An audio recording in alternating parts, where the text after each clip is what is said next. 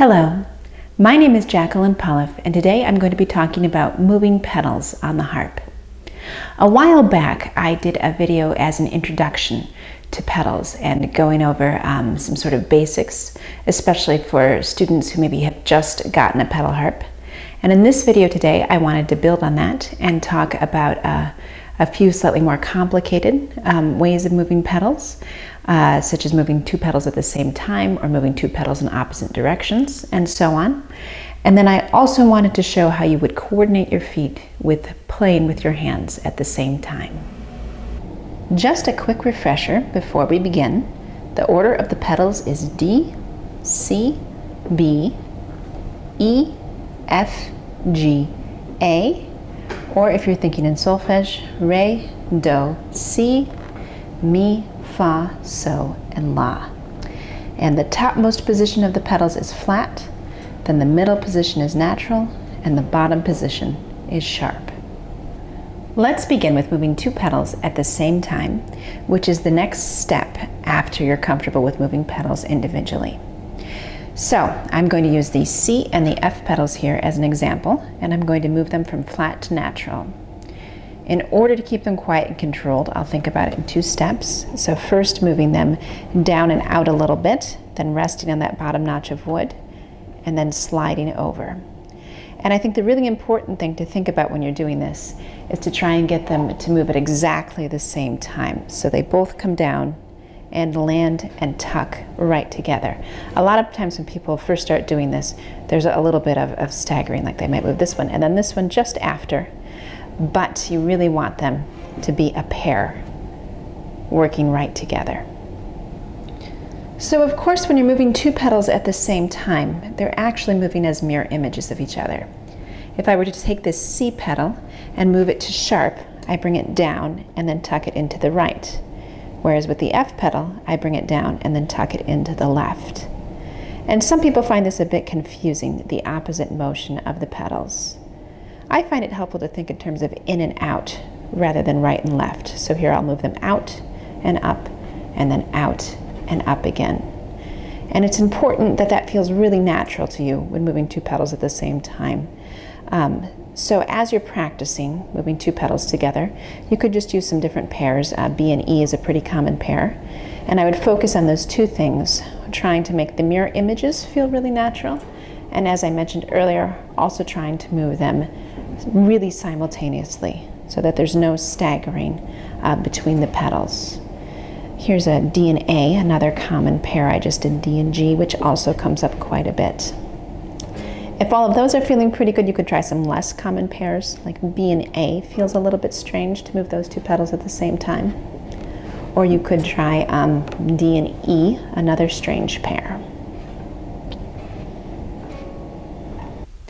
If moving your feet with two pedals at the same time is going well, then next you want to add playing some strings in at the same time. And really this is all about timing, being very precise about the moment when you move your pedals and coordinating that with how you're playing. So I'll play an F major triad, and then I'm going to play it again, and right before I do, I'll move the F and C pedals to flat. If you do that and move your pedals too soon, you can hear the half step change in the resonance, like that, so that doesn't work.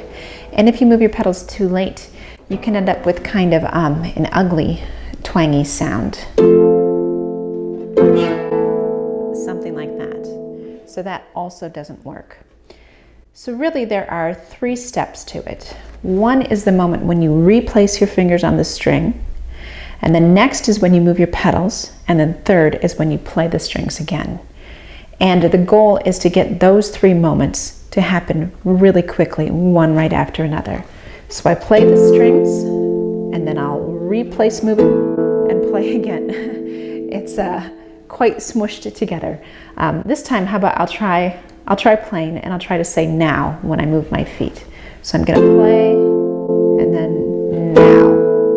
So it's just in that moment right before I play the strings again. You could also do the same thing, play with your pedals in flat, move them back to natural, move them to And so all of that is really helpful for working on precision in the timing of moving your pedals. Once you're comfortable with moving 2 pedals at the same time, you can try and do sort of some variations on that idea. So here I have a C pedal in sharp and an F pedal in natural, and I'm going to switch them. So the C will move up to natural and the F will move down to sharp, like this. And then you could go back again. That's a little bit strange because the vertical and horizontal motions of the 2 pedals don't match when they tuck in and when they slide out. You could also start with the same pedals and move the C up to natural and move the F up to flat. So they would both be moving up, but starting and ending in different positions, like this.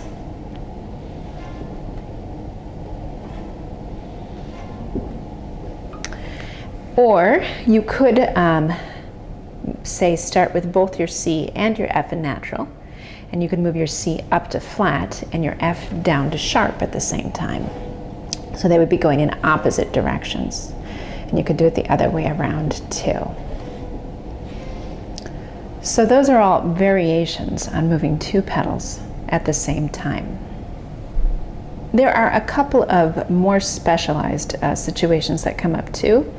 One is where you have to go all the way from flat to sharp, or all the way from sharp to flat, kind of skipping natural in between. So I'm going to use the C pedal here to show that. And usually I think about kind of making a diagonal motion with the pedal rather than a zigzag. So I'm just sort of gliding over the natural position and landing right in sharp, like that. And then you can do the same thing coming back up. So in this instance, you're actually trying to take advantage of all that space in between that normally you avoid. And you could do it, of course, with the F pedal, starting in flat and then sliding all the way down to sharp and all the way back up to flat. The other strange situation that comes up just once in a while is that every now and then you might need to move the E pedal with your left foot, so with the wrong foot. Some people call this cross pedaling. Usually it's because your right foot is busy moving an A or a G pedal at the same time, so it can't move the E. So you could do something like have your right foot on the A, your left foot on the E, and move them both up to flat, or maybe both down to sharp and back to natural. So those are a couple of sort of specialized scenarios that might come up with your pedals. After trying some of these different ways of moving your pedals with just your feet, you might try playing and moving your pedals at the same time. Obviously that's the end goal, so that's a great thing to do. And if you're interested, I have a book of pedal exercises that I wrote. It covers all of the different scenarios that I talked about today. And I made a lot of charts when I was writing it, so it's very thorough about covering the different options between combining your left and your right feet and making sure that nothing is overlooked. So I'll put a link to that below in the description. Good luck to you in moving your pedals. Of course, it just takes some time and practice to make it all feel really natural and be very quiet and precise about it, but it is well worth the effort. So good luck with it.